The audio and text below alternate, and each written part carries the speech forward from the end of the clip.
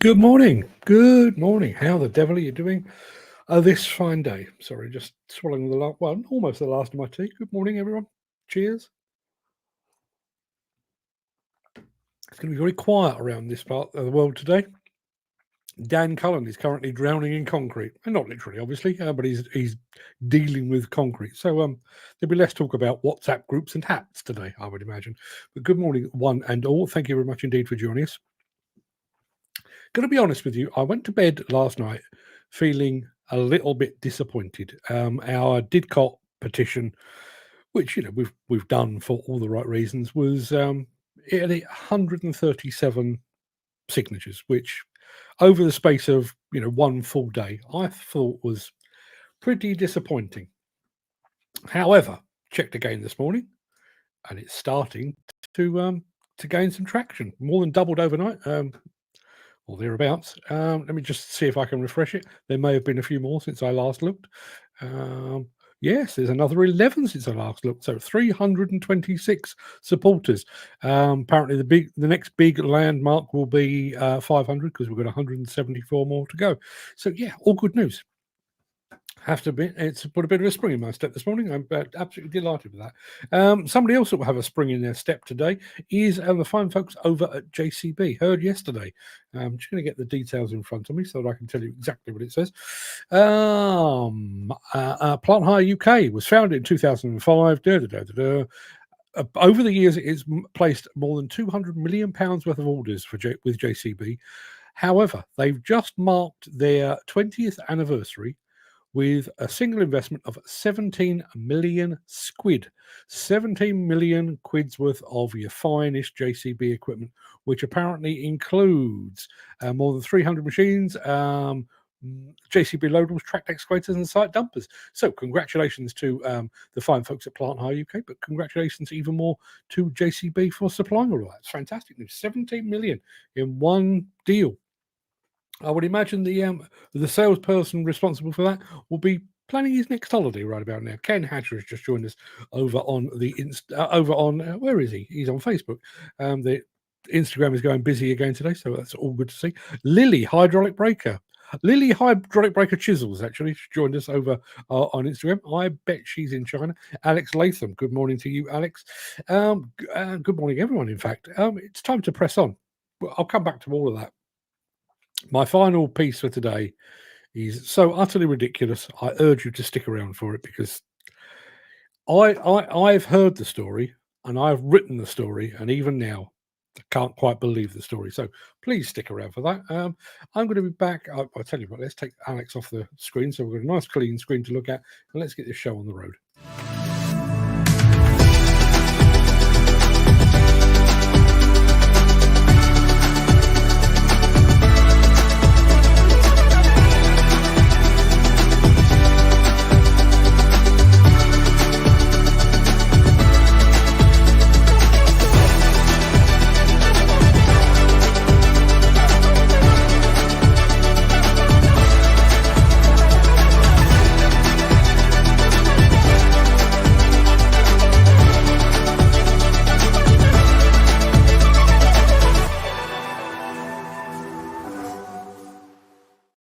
I should probably say congratulations to my good lady wife, who isn't actually here at the moment, but she's over at Weight Watchers or Fat Fighters or something like that. Lost 3 pounds today. Yeah, we're both on the same diet. She's losing weight. I'm just losing muscle mass. I feel weak all the bloody time. Miller Groundbreaking just joined us over on Instagram. Good morning, all the way up in the northeast of England. Good morning, Miller Groundbreaking. Good of you to join us. And do please keep up the good work with all of your buckets and stuff. Good to see you here. It is Tuesday the 10th of September. Welcome to the Breakfast Show. I am your host, Mark Anthony, the Walrus of Demolition. In today's show, Dynapac unveils a sexy new compactor. Sexy new compactor are 3 words that don't necessarily belong together, but wait till you see it. Encon adds a twist of flexibility to a Volvo duck. We've got a tower block demolition time-lapse for you, and we're going to show you some concrete upcycling. Yes, not recycling, upcycling, like you have never seen before. We will get to all of that, but also in my Mark's morning monologue section of the show, we will be discussing how the absence, should I say, of an utterly preposterous piece of paperwork can bring a project to a juddering halt. But before we get to all of that, we do have the small matter of today's mystery machine. Now, as it stands at the moment, Dan Cullen is in a very narrow lead in the September league table. He's not here at the moment. I mean, he may well pitch up at some point, but he's not here at the moment. Wow. Gary Muirhead, I also lost £5 today. Must have fallen out my pocket. I thought the post-holiday diet had kicked in, but no, he's just lost £5. Incidentally, Gary, I know where £3 of it went. Yeah, we know. Thank you very much indeed. Yes, so mystery machine. Dan Cullen's not here. You might have a chance to win. So here we go with the mystery machine.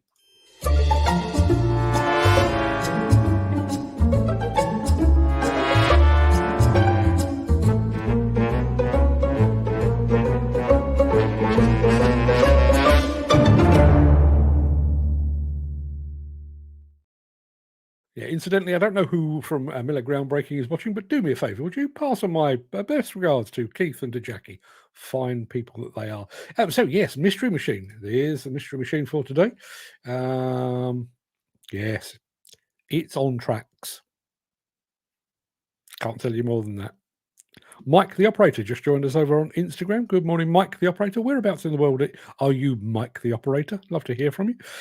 Please get in touch. Now, while you're figuring that out, we're getting down to the real nitty gritty today. Well, I'll tell you about it in just a second.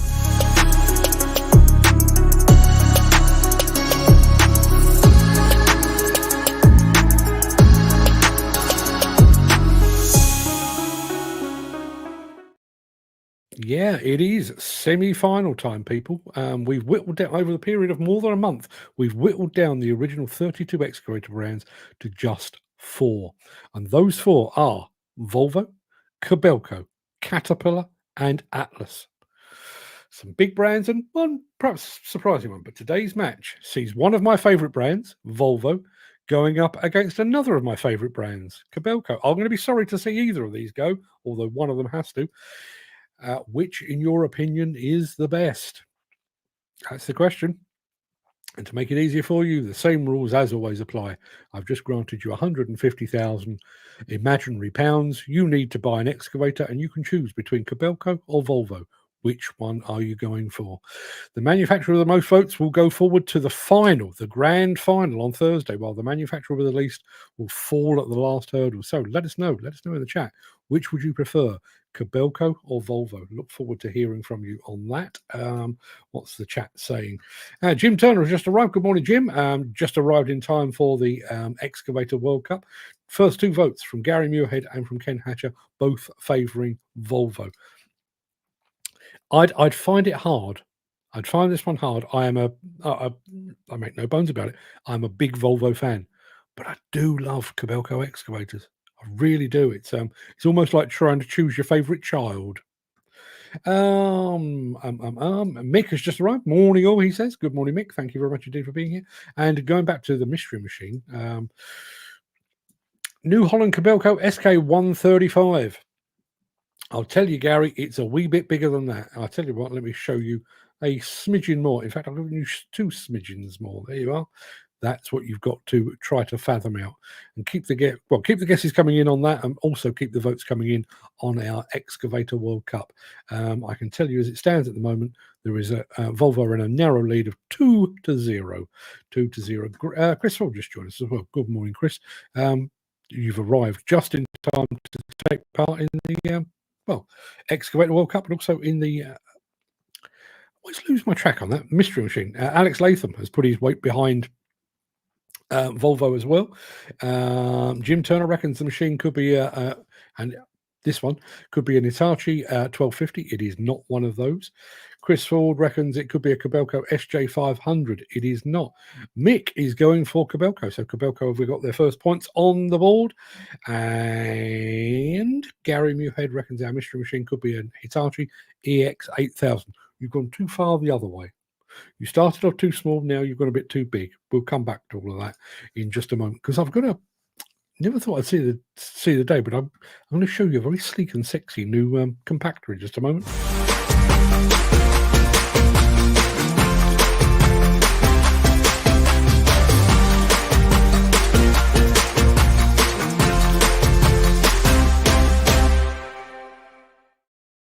I don't pay too much attention to compaction equipment, but I've always had this impression that they're not built for aesthetics. Whenever you see them, they're all sort of boxy and square and stuff. Well, apparently Dynapac thought the same because they've got a new one. Is it just me, or is this the Audi TT of compactors?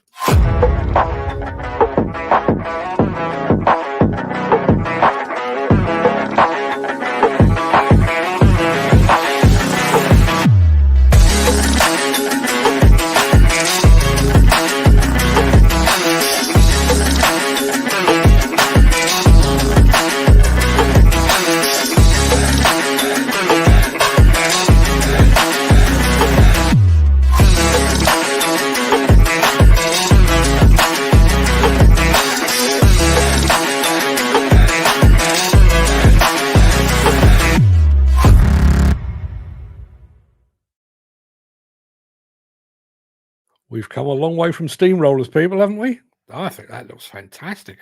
Hats off to Dynapac. Hats off to Dynapac generally, but hats off particularly to their design department on that. I think that looks bloody awesome. Right, okay, going back to the mystery machine. That's what we've got so far. And Gary Muirhead had gone with the Hitachi EX8000 previously. He's now gone down a little bit to the EX5600-7.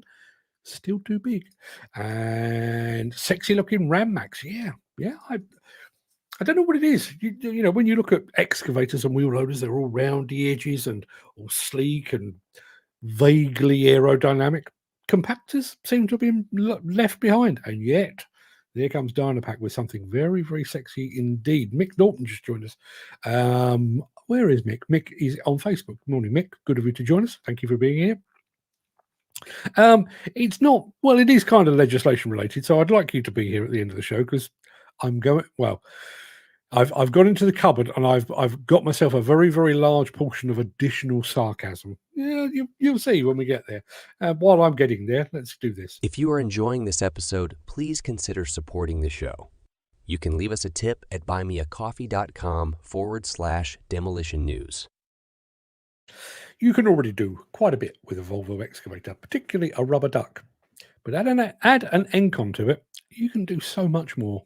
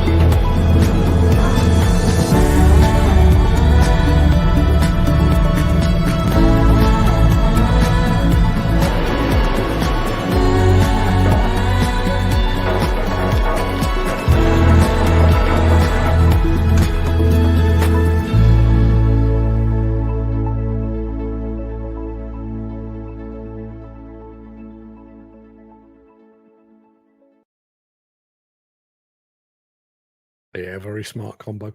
Incidentally, just I've got it playing on my other screen. You know, I mentioned at the top of the show about our Didcot petition.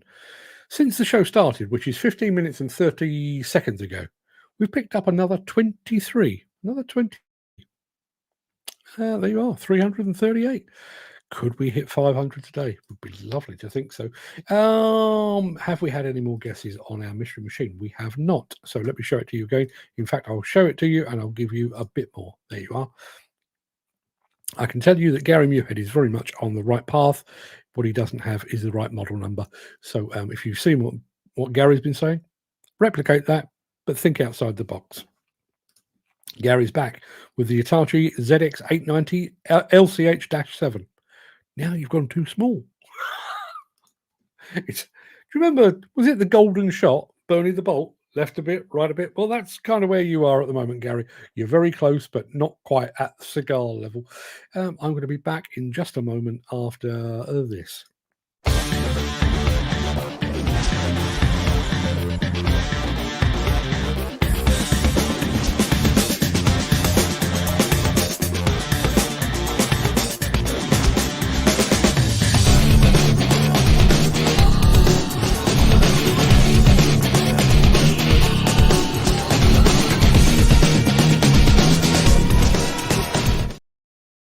Just want to say get well soon to Peter McKenna. Haven't seen him here today, which I fully understand, but he is currently laid up. Hasn't slept in 48 hours. I should imagine he's feeling absolutely dog rough. So, Peter, if you do watch this on catch up, get well soon, my friend. Now, likes me a bit of demolition, like me a bit of tower block demolition, like me a bit of time lapse tower block demolition.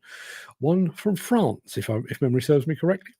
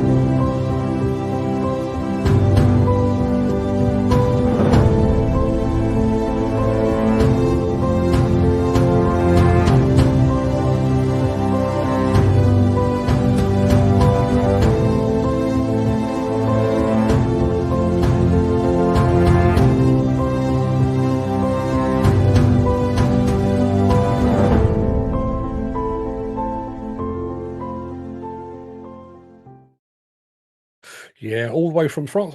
Cardem, my favourite French demolition contractor for no particular reason other than the fact that they keep their machines white, which I'm a huge fan of. Going back to the mystery machine, I can tell you we've had another guest, this time from Chris Field, who reckons it could be the Hitachi 5600-7. Still too big. Gary Muirhead, the ZX600 MC-7. Too small. It's the one in the middle. There you are. Let me put it like this. It's quite big. It's not... Does it still qualify as a... Yeah, it probably qualifies more as a quarry machine rather than a mining machine, if that helps. Alex Latham reckons it could be the ZX690. Bigger than that. Ken Hatcher reckons it could be the ZX800. Bigger than that.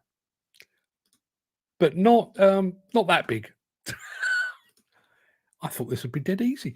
So yes, I'm going to be back in a moment. I'm going to show you something in just a second that I've never seen before, and I think it's pretty impressive. So stick around. Since the finance bill came into effect in April, the construction industry has seen a surge of fuel thefts.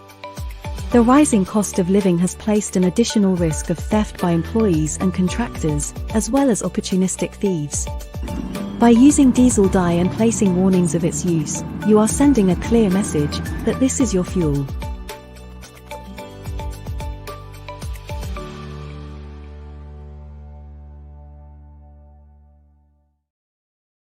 Just want to give the two competitors in our Excavator World Cup semi-final time and space. As it stands at the moment, Volvo will be going to the final. But if you would like to add your vote to either side of that argument, Kobelco or Volvo, please do so. And we've got just one more video, so time is running out for Kobelco as it stands at the moment. What have we got?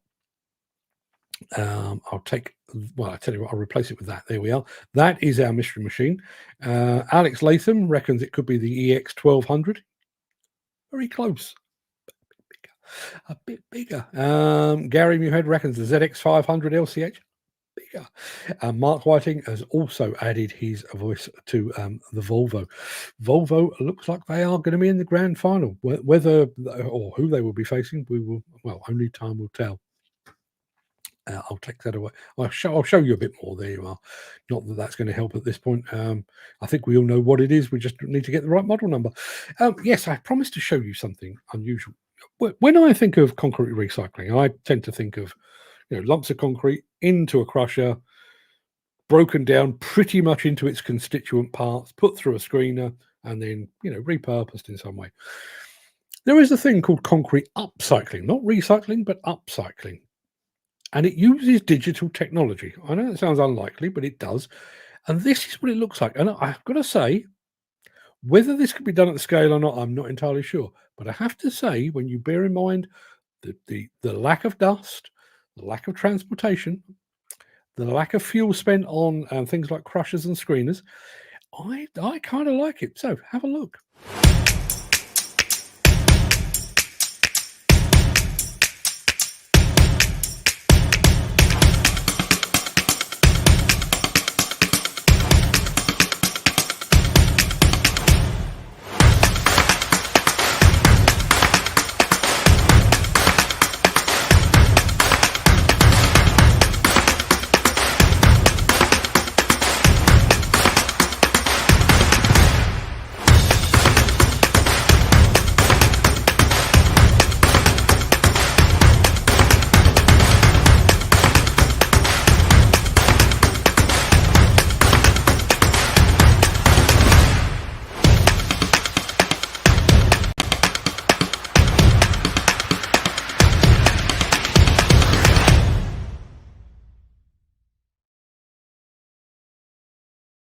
So that's a thing.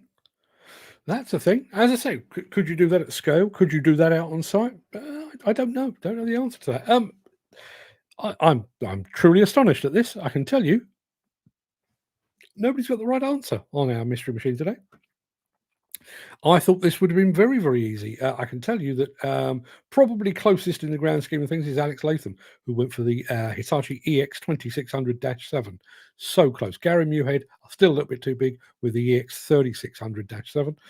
Chris Ford, too small with the 950-7. I can tell you, and I'm getting the 3 points. So me and Dan Cullen are at the top of the table. This is what it is.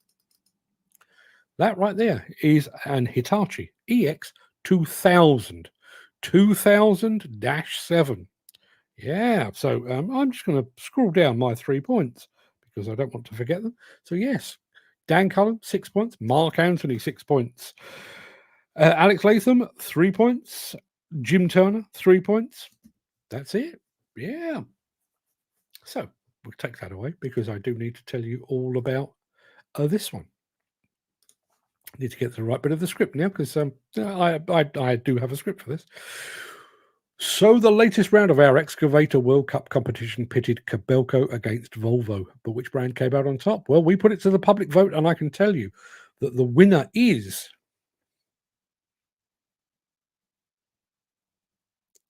it's Volvo. Volvo takes a place in the grand final, while sadly, I do mean sadly, Kobelco leaves us empty-handed. Tomorrow's second and final, obviously, semi-final match will see Caterpillar taking on Atlas. Who saw that coming? Atlas for a place in the grand final. So please make sure you tune in and take part. Now, I'm going to roll the end of show stinger in just a second before leaping gazelle-like over to my morning monologue. If you can't stick around for that, then do please stay safe, look after yourself, your family, your friends, your colleagues, anybody else you know as well. But if you do have the time and the inclination, I will be back with a very, very sarcastic and somewhat surprised monologue after this.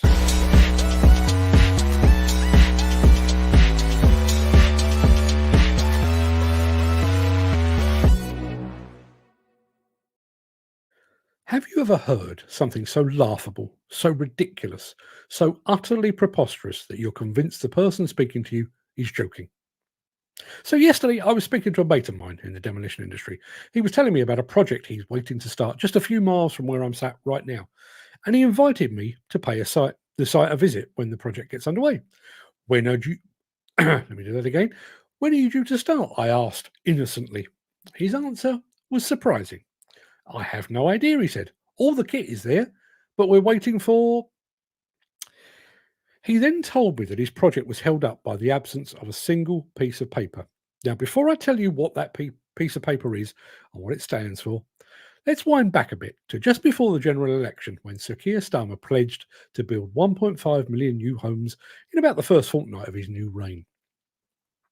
There is no question it was a very good soundbite, and the left-leaning media leapt upon it as if Mr. Starmer was the saviour of the huddled masses. Those in the construction industry, however, shrugged and sniffed at the mere notion. We have never hit the existing house building levels, so what makes him think we can hit even higher levels, some asked. Doesn't he realise we have an industry-wide skills shortage? Doesn't he realise we have an industry-wide skills shortage? Asked others. Who the hell is going to build all these new houses? And then there were those that pointed to the glacial pace of local authority planning departments or to the house builders who so enjoy sitting on great swathes of prime house building land until the price suits them best. Yet amidst all of that, there was not a single mention of an apparently vital piece of paperwork that could conceivably prevent one or multiple houses being built. I was hoping to do this without editing afterwards. Apparently that's not going to happen. All of which takes me back to my original story about the demolition contractor. The vital piece of paper that he is currently waiting for is, wait for it, a mouse license. I want to say that once again, just in case you think you misheard me. A mouse license. James Bond 007. License to mouse. Apparently, the project is currently stalled because they need a mouse license to proceed. And they need a mouse license to proceed because there is evidence that the site is one or more dormice. Now, my first house after I left the family home was located right by a river, and I can tell you that dormice and voles had no issue whatsoever with coming into my house, but as it transpires, we can't enter theirs without a license. I was so staggered at this notion that I had to check, and there, right as rain, on the gov.uk website is an entire page dedicated to how you apply for a dormice mitigation license. It's called an A35, just in case you ever need one.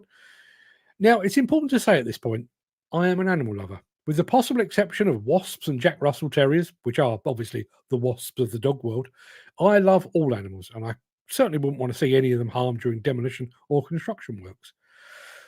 But have we got our priorities just a bit skewed here? We've identified the need for 1.5 million additional new homes for humans.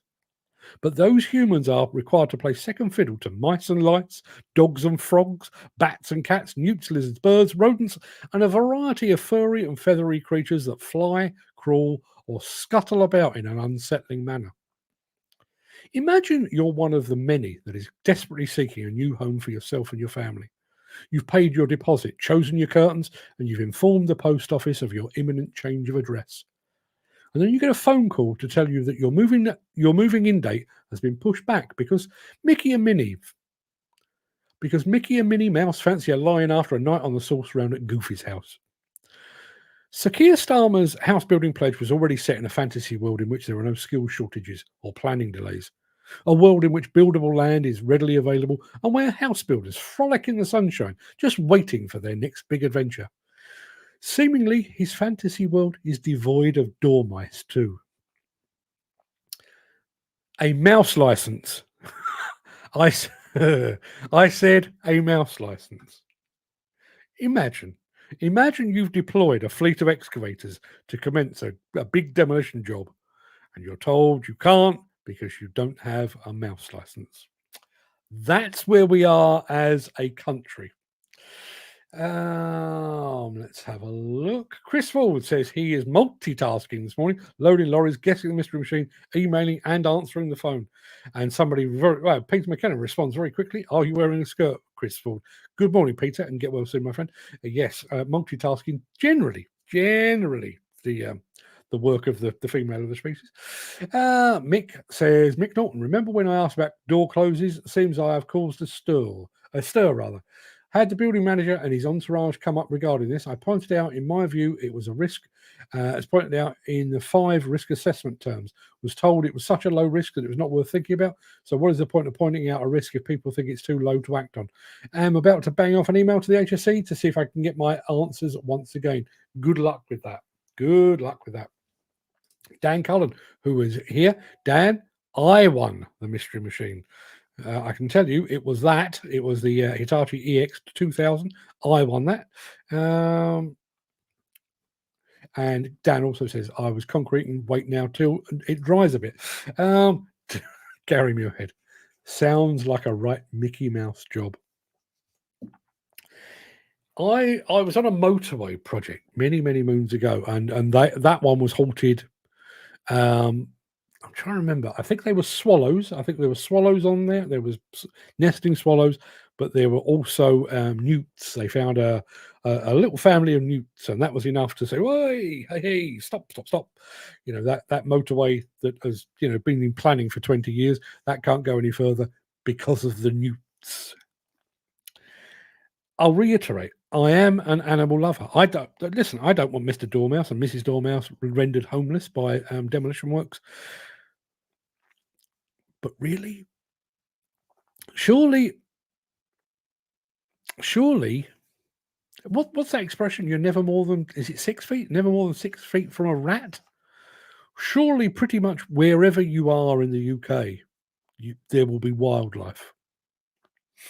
There will be moles and voles and rats and dormice and newts, toads and stuff. Can we really delay the building of the homes that we so clearly need for a dormouse? This is a bit like the mystery machine. Chris Ford speaking in riddles. No, but I feel like a female appendage, 4 letters ending in T. And no, It's not Aunt. Or it is Aunt, maybe. Peter McKenna. Biggest con was the back bridges that were built in Norfolk. That cost millions and have been neither used nor ornament. I was telling Fred, my son Fred, not just a random Fred. I was telling Fred about this business about the mouse license, and he shook his head, rolled his eyes, as any right-thinking person would. But I said, you know, I was on a job once, and there was a roost of bats, and they were waiting for permission from, not surprisingly, Batman. He was the Batman, but you know, there was a guy who was going to come along, and he said, "So what happens to the bats?" I said, "Oh, it's not just a case of crack on. You have to rehome them. There are people sleeping on our streets, homeless. But hang on, don't pick up your goods and chattels and head to your new home, because we've got to sort out Batty Bat first." Bet you do not have any idea how many species are protected. Believe me, it's a lot. I'm sure that is the case. I'm sure that is the case. And there are some, you know, swallows. Have we not got a lot of those? Hedgehogs. We seem to have a lot of those. As somebody has just said here, hedgehog tunnels. Can hedgehogs read signs now? Yes, I want hedgehogs this way. And there's Mrs. Tiggywinkle. No children, not across the motorway. Look what happened to your uncle. He is now your flatmate. Hedgehog humour. Under the road you shall go into this purpose-built. Really? Really? Jim Turner, why, Chris, are you getting in a flap? Well done. Well done on that. Dan Cullen says, I was on a job in Blackfriars 12 years ago. We'd do a week, then put back 3 days because the woman complained about noise during the day. Some people do my nutting. They nothing better to do. I'm not going to repeat the last bit, but you get the idea. Yeah, it is. That's kind of an extension of NIMBYism, isn't it? You know, I don't want a waste recycling yard in my backyard. Not in my backyard and that kind of thing. You know, I'd quite like a new school. I'd quite like a new hospital. But for the love of God, don't make any noise building it. That would be a travesty. But yeah, mouse license. And there was actually a bit of me that was really, really hoping that you could apply for a mouse license at your local post office. Imagine queuing up. I'd like a mouse license, please, and 10 first class stamps. Wow. Now we are moving on from mice to badgers. Jim Turner. The job we were supposed to be on next has been put back because of badgers. They built them a new set. Now they're waiting for them to flit. Yes. Have they been served with an eviction notice? Is this compulsory purchase order? Are the badgers aware that they have a new home to go to? Mick says, came across a badger set on the mud chute. No way I'm going to tell anyone where it is. No way I'm going to be the one that gets the thing killed. Yeah. Listen, we all want, you know, I'm a city boy. So even now, if I spot a badger, I've had a good day out. It's a badger. It's kind of a dog-sized mouse, isn't it? Yeah, you can tell I'm quite an expert when it comes to animals and the like. It's a treat, and I don't want any harm to come to it. Should it stand in the way of us having homes to live in? Like people that move to the country and complain about the farms. Ah, yes, I've moved to the country so that I can spend the rest of my days wearing tweed. But man alive, it's whiffy down here. There appears to be cows crapping everywhere, and that smells.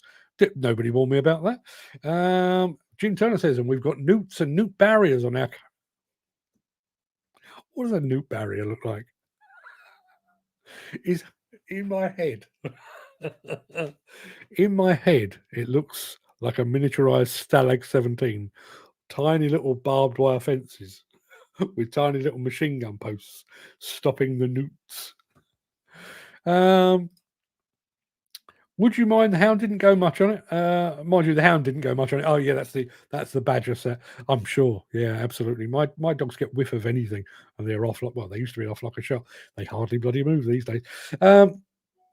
These animals are better looked after than our war heroes living homeless on our streets. And that's the point. I mean, I realise I've been taking the piss here, and I realise I've been very, very sarcastic about it.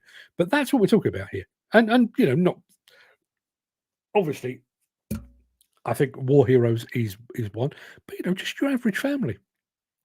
Even just your average family. You got somebody that needs a home.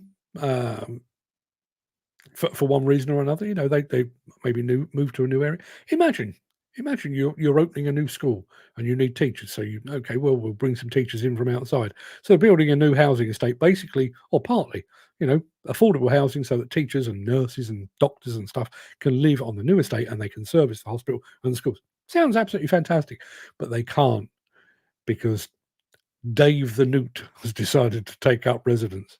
It's absolutely preposterous. Long live the Natterjack Toad. Nickname of one of my former girlfriends. That's a joke, and I do apologise to any of my former girlfriends that happen to be watching. I can give you a very quick update, by the way. We have moved on. We're now at 352 signatories. 352. Keep them coming, people. Anybody that's watching this, if you haven't signed the petition already, please do so. Change.org/Didcot, DIDCOTFOUR, Didcot 4. Jim Turner, when they did the ecology report, they found one fucking newt, and that little swine of a newt has bollocks the whole job up. There's a tiny bit of me, that would like to think that the newt knows about all of this. That Dave the Newt, because they're all called Dave. Dave the Newt is now down the Newt pub saying to his mates, yeah, that house building project just up the road. And all those humans that make the move in. Fuck them. I'm in there. They can wait. I've no idea why Dave the Newt is a Cockney, but he is. Mick says, hoping Starmer gets shot down today on his winter fuel payments to us old folk. Yeah, my in-laws are asking that very same question. Absolutely right. Peter McKenna says, sorry to say, Gary, the war heroes living on our street are to blame for their own downfall. One that is on the streets of Edinburgh has refused to be rehomed, having had 4 homes offered to him. I think that's a sweeping generalisation. I think that's I cannot imagine that being the case in all instances. And let's look at me. I'm wearing long sleeves for the first time in quite some time right now. It's getting colder, and it's going to get way, way colder. I can't imagine most of our homeless war heroes sleeping on the street saying, "No, you can keep your house. I quite like a cardboard box." Can't see that being the case at all. And Mick says, totally disagree with that statement, Peter. Yeah, so do I. There will be odd instances, and maybe there are some people that would prefer, I don't even know, the freedom of sleeping on the street. I actually don't know what the reasoning could be, but I don't think that's all of them by any means. And it shouldn't even be an option, should it? If you've fought for, I almost said Queen and Country.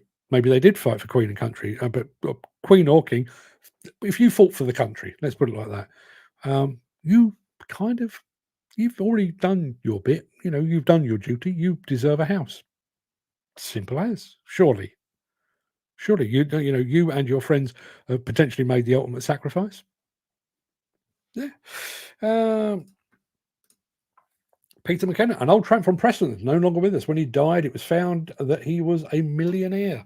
Yeah, there was one of those many moons ago in Sutton, in Surrey, where I spent part of my formative years. There was a guy there exactly the same. We had a nickname for him, but it's gone completely out of my head.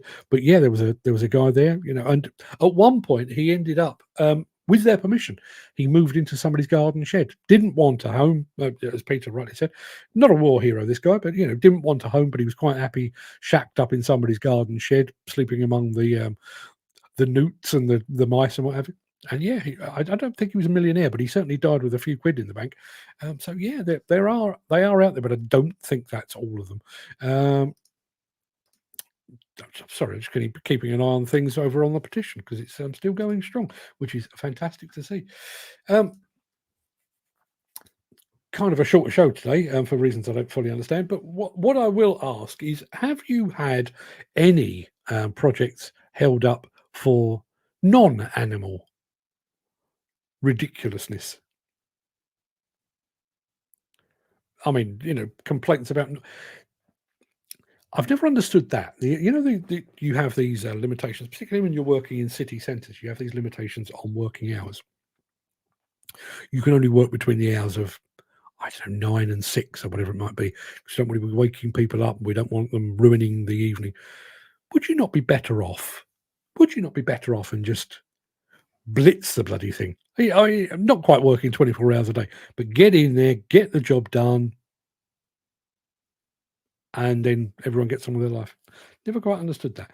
Mick Norton says, did you know the term pissed as a newt is an old Scottish expression used at a time when newts were used to test the strength of whiskey? It is an education.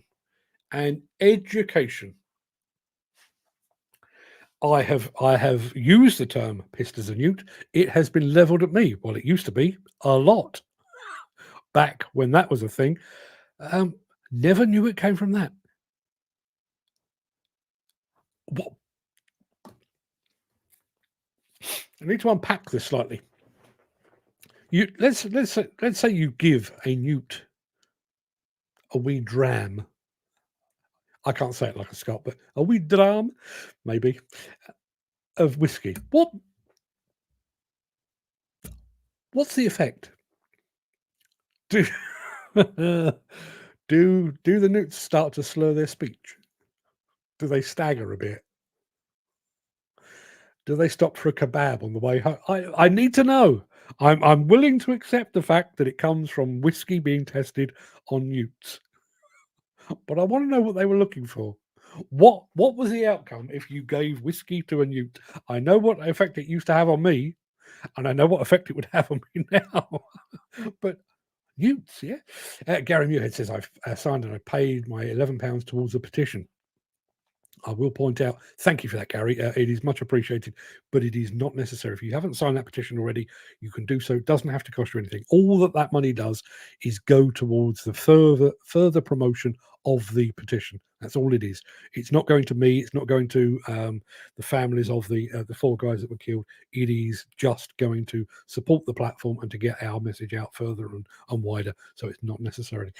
Dan Cullen says, yes, complaints about machines starting at 7:55 a.m. In Radlett. Radlett apparently like a lion. Much the same as our dormice. Under the Armed Forces Covenant, any veteran who is at risk of homelessness is referred to their local authority for support as they transition out of the military and will have a high priority access to social housing. I realise you've taken that from Google, but that doesn't necessarily play out in reality, does it? Because I've seen them. I've seen the guys on the streets, not in uniform as such, but, I do stop and have a chat from time to time. And, yeah, we have ex-military personnel sleeping rough. 'Tis a disgrace. 'Tis a major disgrace. We've just picked up another couple. Oh, it's going well. Yeah, that's correct, Mick. And I have on many occasions, yes, we're talking pissed as a newt here. Dan Cullen says, she'd be in the garden at 7 a.m. watching and waiting for a reason to complain. We had to start machines to exactly 8 a.m.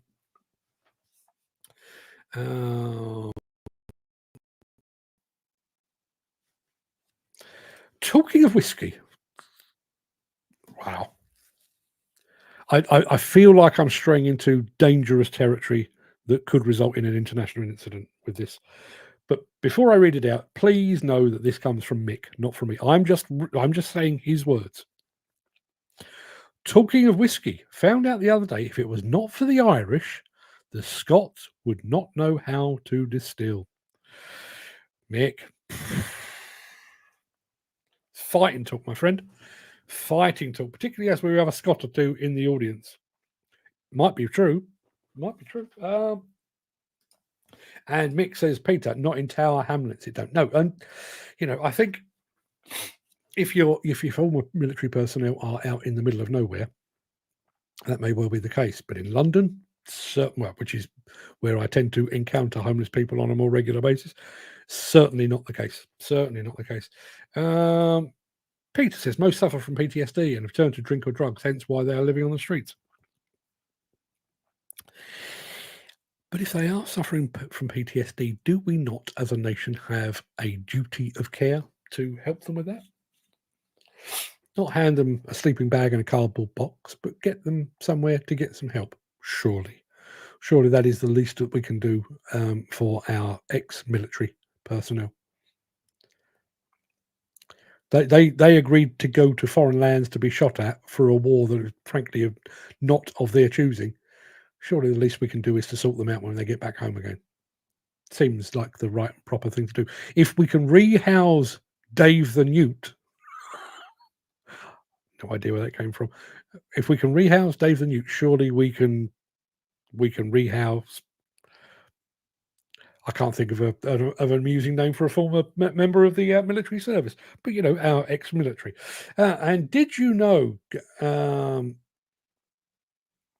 Hang on a minute. Did you know Gaelic came from Ireland and Welsh is of Irish language descent, as is Scottish Gaelic? So hang on a minute. Let me just get this right. Gaelic comes from Ireland and then goes to Wales and to Scotland. Is that right? Is that right? Can that be right? Listen, he's from Ireland originally. He should know. I will take your word for that, Dan. But thank you very much for sharing that.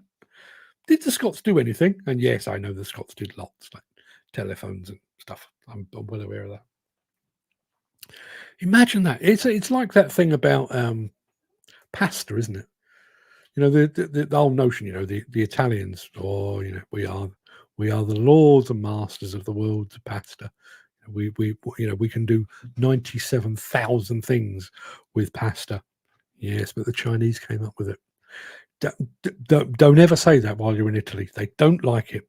They really don't. Dan Cullen says, yep, they put their own tweaks to it to differentiate it.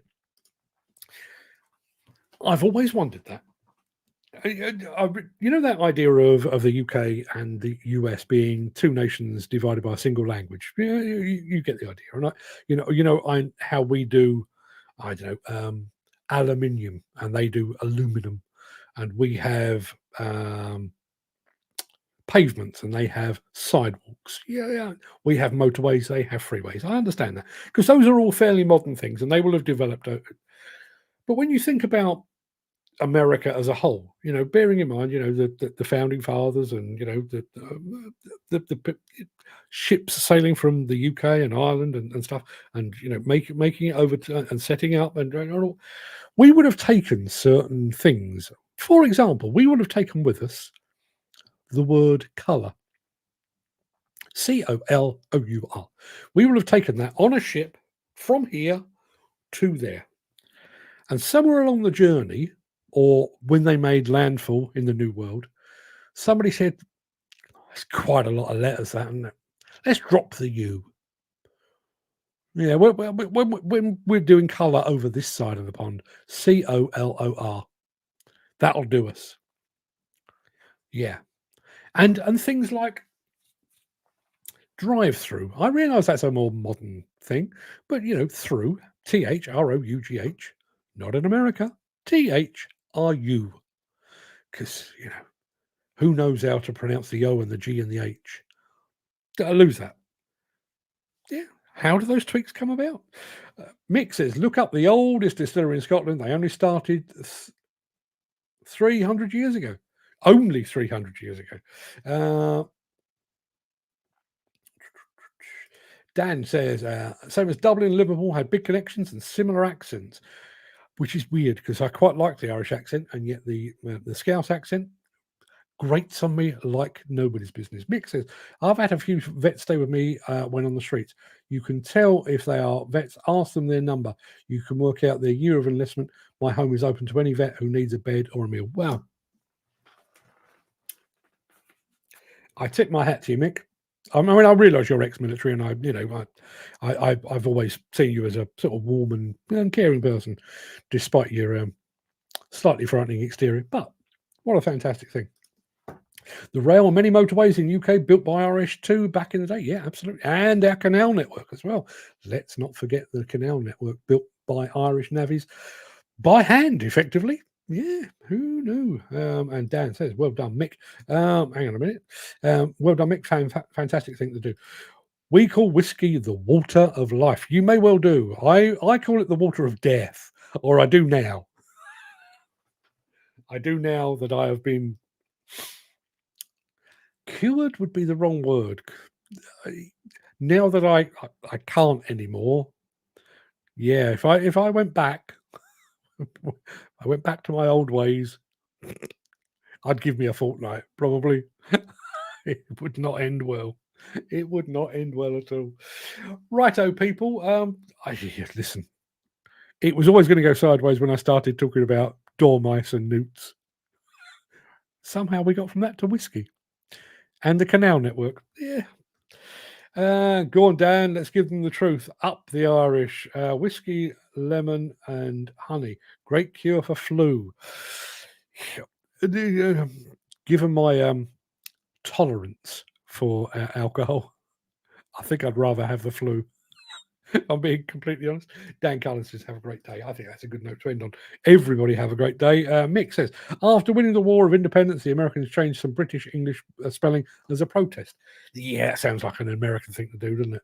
Yeah, this will teach them. Put in a U in colour. Fuck them. Jim Turner says, hot toddy. Yes, not for me, thanks. Not for me, thanks. Not that I don't want one. Just that I can't. Chris Ford says, can't drink the stuff, unfortunately. Yeah. Oh boy, you and me both, Chris. You and me both. The old Kilbeggan Distillery is the oldest continually licensed distillery in the world. Is it? It produces something that I'm not allowed to touch. Mixes. Stay safe, fellas. Catch you later. Yes, catch you later indeed. I'm calling it a whole. I am going to do one very quick thing. I'm just going to update this to see if we've had any more of any more. We're at 361. Have we had any more? We have had another 12. Good Lord. 373. We've got to get another 127 to find, and we will have hit the magic 500. So anybody that has signed, including Gary Muirhead, thank you very much indeed on behalf of those that we're trying to help. I'll give you an update tomorrow. And there's Dan saying, I'll chat to you later, Mark. Yeah, to be honest, Dan, it wouldn't have worked yesterday anyway because I ran out of time as well. So not a problem at all. I'll catch up with you a bit later on. Everybody, go and have a fantastic day. Look after yourselves, and I'll see you again tomorrow. Hopefully, we'll talk about something not mouse related. See you then.